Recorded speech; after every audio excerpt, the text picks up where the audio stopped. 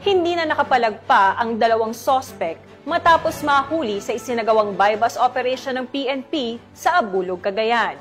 Ang report mula kay Patrolwoman Janet Balan.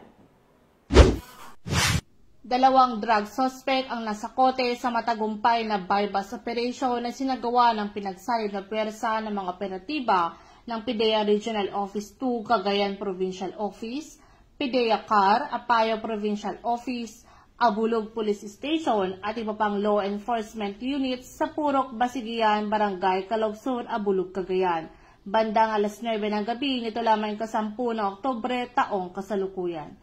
Kinilalang mga naarestong sospek na sina alias Jojo, 35 anyos, isang laborer at residente ng Calogsur, Abulog, Cagayan, at si alias James, 31 anyos, signal installer mula sa Curva, Pamplona, Cagayan. Nasabat sa operasyon ang 20 piraso ng heat seal transparent plastic sachets, naglalaman ng hinihinalang shabu na may timbang na 12.5 gramo, bypass money, cellphone at mga drug paraphernalia na ginamit sa transaksyon.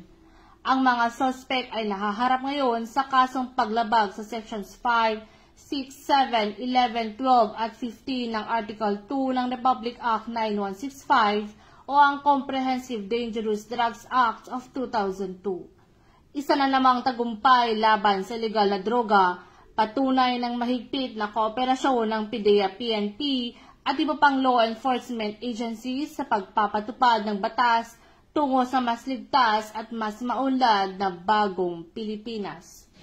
Mula dito sa Lambak ng Cagayan, ako ang iyong TNN correspondent, Patrolwoman Janet Balan, alagad ng batas, tagataguyod ng Balitang Pulis.